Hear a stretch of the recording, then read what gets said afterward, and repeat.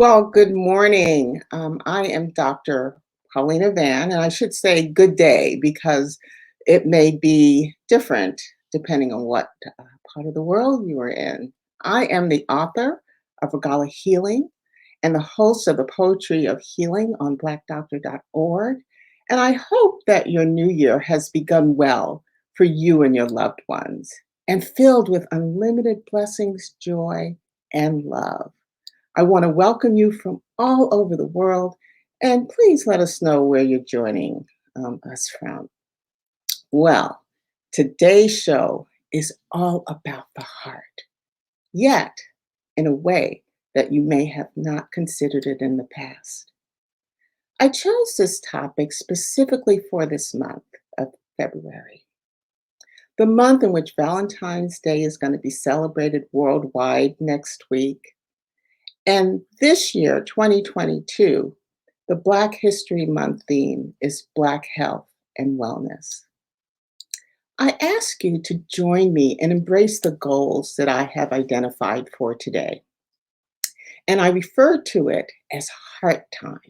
Okay. So during the next half hour or so, I'll provide information to promote your understanding of the science and practices that undergird the calming and emotional regulating effects and health promoting effects of the heart, and that is heart intelligence. Heart math, or the practices of heart math, are a gateway to promoting and assessing heart intelligence. I'm all about managing stress, promoting health and healing, and therefore, I will guide you through two heart math practices so that you will leave the session with additional self soothing techniques that you may add to your toolbox of reflective practices. We always begin our time together with centering to help us focus and collect our energy for the time together, a time for you, a gift for yourself. So I invite you to, I'm sorry, I thought I turned this off. I invite you, we're all human, right? So I'm going to try to turn it off. Okay, I turned the sound off. Let's take a moment and I invite you to settle into this space so that we can be fully present together. Okay. So take a position of ease, whatever that might be, and rest your attention on your breath. You may close your eyes or lower your gaze. There's no need to change or control your breath. Just observe your breath going into and out of your body. Try now to soften your forehead, relax your jaw, and all this time continuing to be aware and rest your attention on your breath. Allow your shoulders to relax and soften. Perhaps there is a cool air coming into your body and a warm air leaving your body as you breathe. Observe your chest rising and falling. You may even notice a rhythm developing. Allow your breath to soothe you. Continue to breathe. Now, I'd like you to take a deep breath to notice you are here. Take a deep breath to notice how your body feels. And now take a deep breath to enter this session. Okay. So now that we're all here and hopefully with the same energy, and even if you have noise in the background or other activity in the background, it's okay. you can maintain that ease, or at least try to. Let's start with a little background around the heart, because I want you to know that I did consider many things when preparing for you this day. Heart disease is the leading cause of death globally, and the risk of disease through death differs by race and ethnicity. Like other indicators of health, African Americans are more likely to die from heart disease as compared to any other ethnic race or white race. Because this disease is a major cause of disability and premature deaths throughout the world, it is a public health concern, and there is much focus and resources about how to keep the physical heart healthy, such as diet, exercise, regular checkups, and stress management. It is the latter that I will focus on today and broaden that discussion to include heart intelligence and how that can be a resource to promote heart health, overall well being, quality of life, and perhaps a longer life. Similar to last month's session about meditation, and I hope you've been practicing because if I do the math, maybe you could be up to 2 or 3 minutes a day of practicing your mindful meditation as you go along and do your regular activities. If you missed that show, it's available. It's been recorded and posted. Anyway, similar to last month's session about meditation, I'll illustrate how heart math can become a part of your everyday life, even with less effort than meditation. As a society, we intuitively know and admire the heart's positive influence in our lives. Beyond it being a 10-ounce muscle that maintains our circulation while we are alive. We use adages or songs about the heart, yet may not label it as heart intelligence. I have a few examples that I'm going to share with you this morning, but please feel free to include your own in the chat because I just have a few. So I'm going to begin with a gospel song that was written about 100 years ago. It's called This Little Heart of Mine. I'm not a soloist, so I'm not going to try to sing you any of it, but this came to be an anthem of the civil rights movement back in the 50s and 60s. And it was a source of inspiration, and even today, because we still sing it. There are some phrases like listen to your heart, follow your heart that you may say. I use them with some frequency, for example, with a family member, a colleague, or a friend who has a life decision which he, she, or they should make. For example, with my daughter, and I think I'm going to need to bring my daughter on the show at some point because I'm always using her as an example, and she doesn't mind. But with my daughter, when she comes to me with a situation, so situation is code for little challenges. Sometimes I may have an opinion, and it may not be right for her. And I suggest that she pray and listen to her heart for God's voice. I found the advice from the following African proverb to be pretty profound, and I had to read it several times. So let me share it with you. If you keep your head and heart going in the right direction, you don't have to worry about your feet. Okay? Let me read it again because I wrote it down. Make sure I said it right. If you keep your head and heart going in the right direction, you don't have to worry about your feet. Okay? Keep your mind right, keep your heart warm and pure and kind, then you don't have to worry about your life's journey. Lastly, there's a Chinese proverb that I think is really appropriate to explore heart intelligence, and it goes like this. With happiness comes intelligence to the heart. When the heart is at ease, the body is healthy. So, as I share more with you today, I believe that will resonate. So, next, I ask you to join me in exploring the healing and soothing effects of the heart, beginning by creating a deeper understanding of heart intelligence and how the practice of HeartMath makes this intelligence available to each and every one of us. So, what is this heart intelligence? Let's begin as we do with history and grounding some thoughts I have.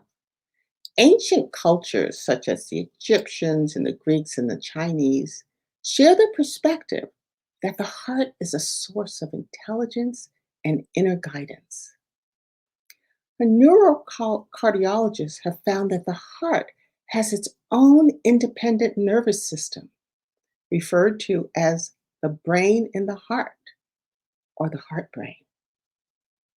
The heart sends signals to the emotional processing centers of the brain. I'm not going to go through those, there's a couple, but which affect the clarity of our thoughts and decision making. The heart has a heart brain that talks to the head brain. I was fascinated with this when I learned it during my heart math training certification course. I became a heart math certified trainer. And I was just really amazed that the heart had a brain. Now, you would think I would have learned that in school, but I've been in the profession almost 50 years, so I may have forgotten. The heart and the brain are in constant communication. The brain does send signals to the heart to mostly raise or lower our heart rate. Let me tell you, the heart is doing more of the talking and sending more information to the brain than it receives. Brain function is critically dependent on this information from the heart. The heart is responsible for our emotions, those that we experience, such as appreciation, love, care, kindness, patience, and compassion. And these are called heart qualities. When we learn to connect with these heart qualities, activate them, nurture them, the heart will send signals to the brain that changes how we perceive situations and gives us more abilities to respond to situations that are best for ourselves and others. That is, respond and not react. Now, the reality is there are going to be times when we react. None of us are perfect. But if we practice and access this heart intelligence, we have more opportunities to respond with kindness. The quality of emotions we experience, such as appreciation, compassion, gratitude, just feeling good, sends different types of signal to the brain versus when we feel stressed, impatient, frustrated, anxious. The heart, a beautiful heart, has the capability of influencing and directing emotions and is in charge of how we feel more than we think. For the longest, I thought the brain was running everything, especially my heart. The voice in and from the heart supports us to make better choices. Well, for the last 2 years, we've all been living in a chaotic, uncertain time. There are so many factors, such as job, housing, or financial insecurity, health concerns or access to care, isolation from others, premature, premature death of our loved ones, conditions that may or may not have existed before the pandemic, but yet, even the threat of the virus has caused many of us to feel we have lost control of our lives. Hard to keep up, feeling overwhelmed, loss of control is known to cause stress. Practicing heart math can activate the heart's intelligence. So I've been making reference to heart math. So what is heart math? So heart math has been around for 30 years. It was created, developed by Doc Childry. He's not a doctor, he's an author, American author, still living with us and contributing. Heart math is a practice of simple, user friendly. So I want to repeat that. I want to say it again. Simple, user friendly mental and emotional regulation techniques that people of all ages and culture can use at the moment to relieve stress. There are hundreds of studies that have shown regular use of heart math decreases anxiety, fatigue, and depression, and improves sleep and focus. Heart math is a tool to connect us with our heart. Through learning heart math and using heart math practices, you can experience your heart's intelligence and how it can help you physically, emotionally, and spiritually. So now let's practice one of two practices, heart math practices that I'm going to share with you this morning. And I've done it before at previous sessions. It's called heart focused breathing. But now you know why um, I ask you to do it and what impact that is possible for you. So let's practice. Now, one of the things that may be helpful if you're doing this for the first time, and I think you can, yeah, you can see me. Um, you might want to put your hand over your heart or somewhere in your chest to help you focus in your heart area. Once you learn how to do this, it's no need for you to do it. But it really helps to anchor and breathing into your heart.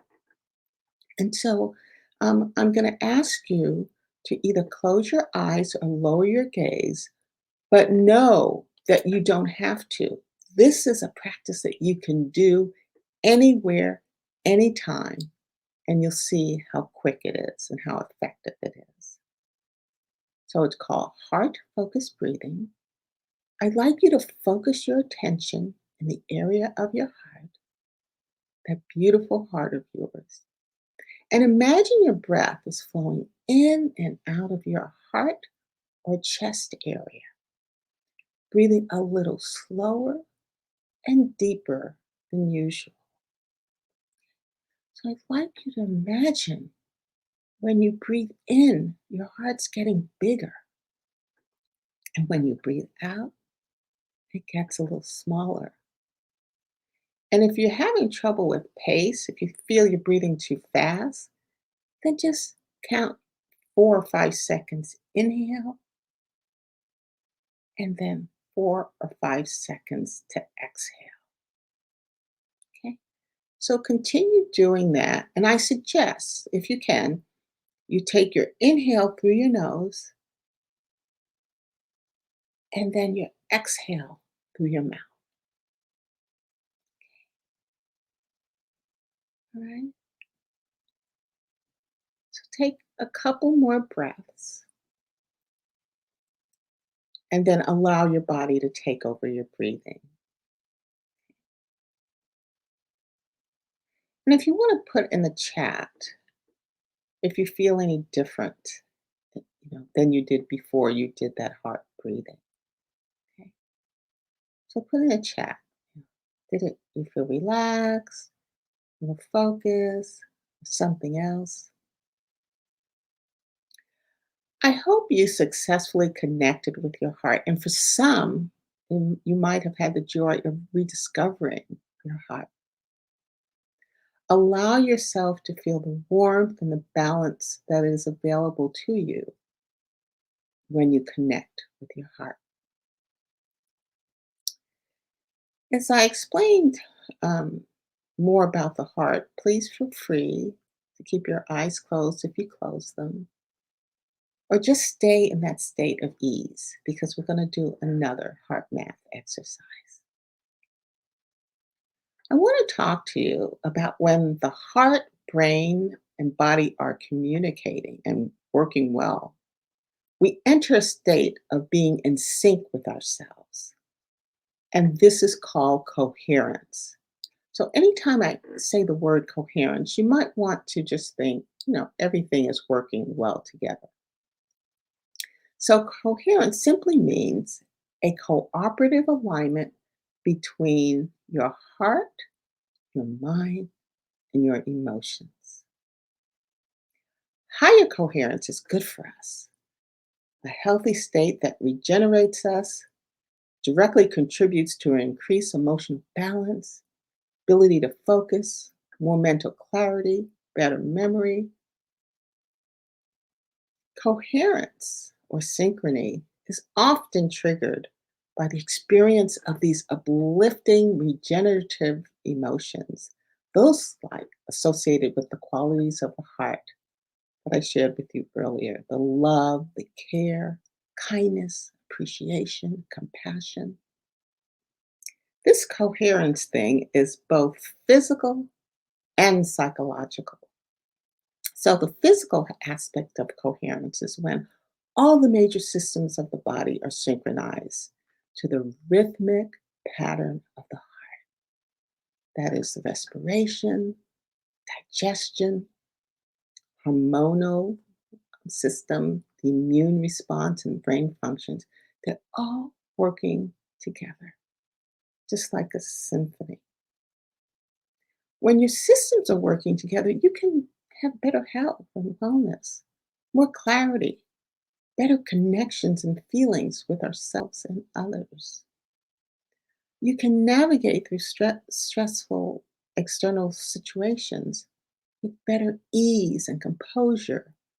So, what's happening on the outside doesn't cause as much stress because your internal systems are in sync and coherent. And as I spoke about meditation last time, I feel it's analogous to being prayed up. Okay.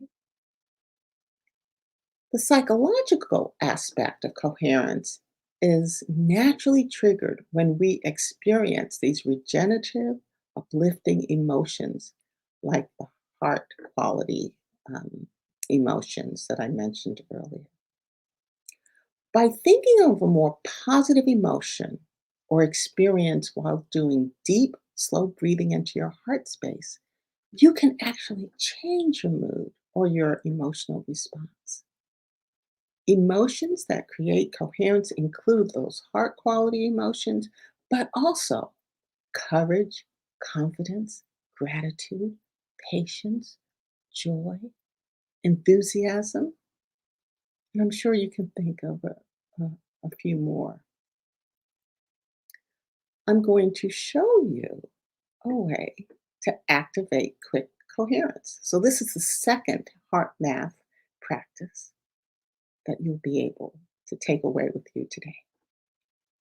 So it's called quick coherence, and it has two parts. The first part you already know, which is heart focused breathing. Well, let me tell you a little bit about quick coherence. Why is it a good thing to know?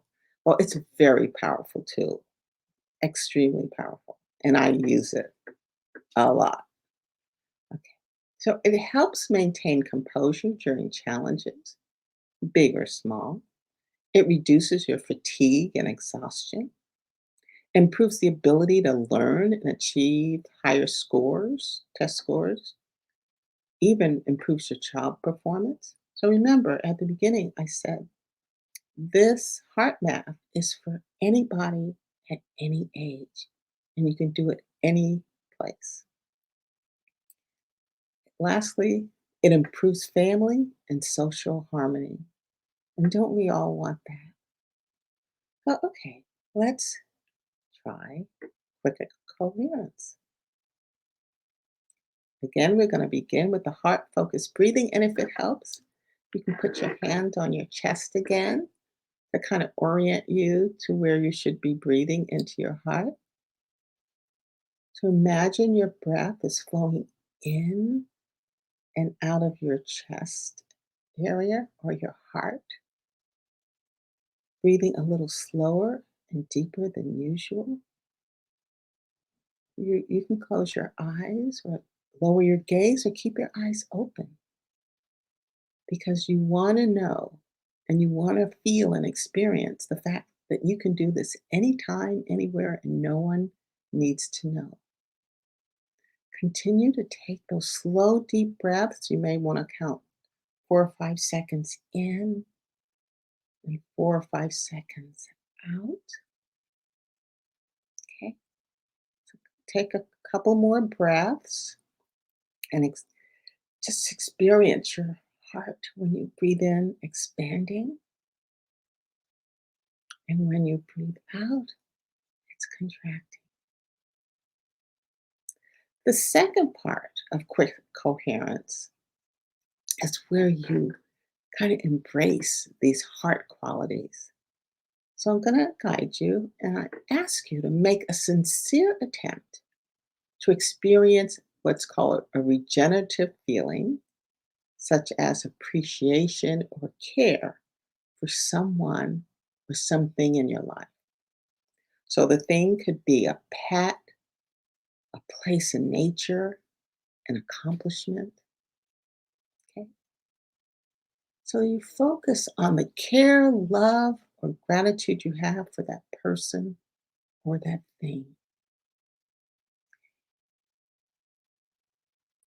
You can also just focus on a feeling of calm and at ease and continue to do your focused breathing, your focused heart breathing. Okay. So I hope that you've been able to kind of embrace something or someone that you care, love, show gratitude for. And the person could be living or may have passed on. And again, the thing can be the thing that you cherish or remember as bringing caring and love and feelings of gratitude to you. You know, quick coherence has a carryover effect of feeling more centered and connected. So once you end the practice, and you can do this simple 1 minute technique anytime, anywhere, you have this carryover effect. None of us can stay in coherence, I-N coherence, not incoherent, but incoherence all the time. It's not practical. Like you can't walk around meditating all the time. But these are tools that are available to you when you need them. Okay.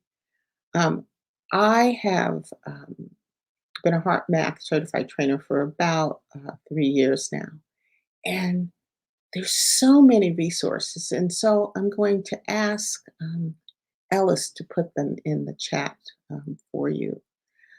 Ellis, see, and I'm kind of um, breaking my presentation right now, but it's so important that I show public appreciation for Ellis. He is the producer, Ellis Dean.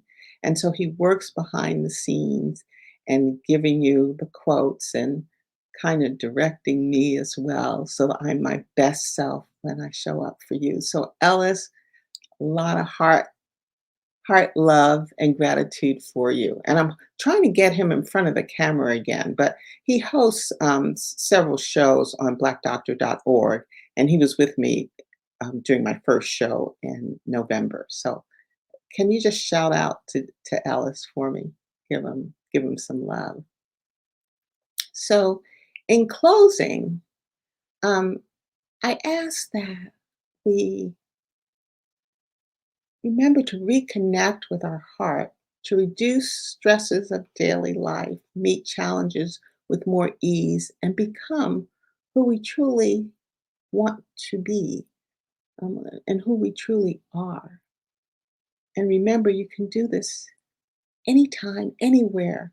And it just takes a minute and it has a lasting, soothing effect.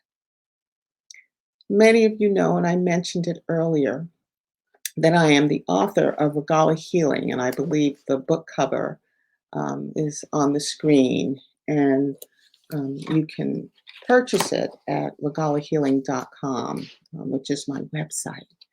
But I want to, matter of fact, the first healing poem that I wrote is all about the heart. And that's where I started my healing journey. And so I just want to end our session um, today reading The Heart Will, and that's what it's called. For those of you who already have the book, it's on page 5. And it goes this way: the heart will, even if I won't. The heart will, even if I don't. The heart will, even if I can't. The heart will love, guide, nourish every time I need to flourish. And so I ask you and your beautiful hearts to please join me every first and third Sunday at 9 a.m. Pacific time, right here on blackdoctor.org. I also ask that you leave comments or questions. I do read and will respond. Subscribe so that you'll know when new programming is available. And visit my website, regalahealing.com. I also have a YouTube channel. And I just want to thank you for joining me today. And as always, love and light to you until I see you the next time.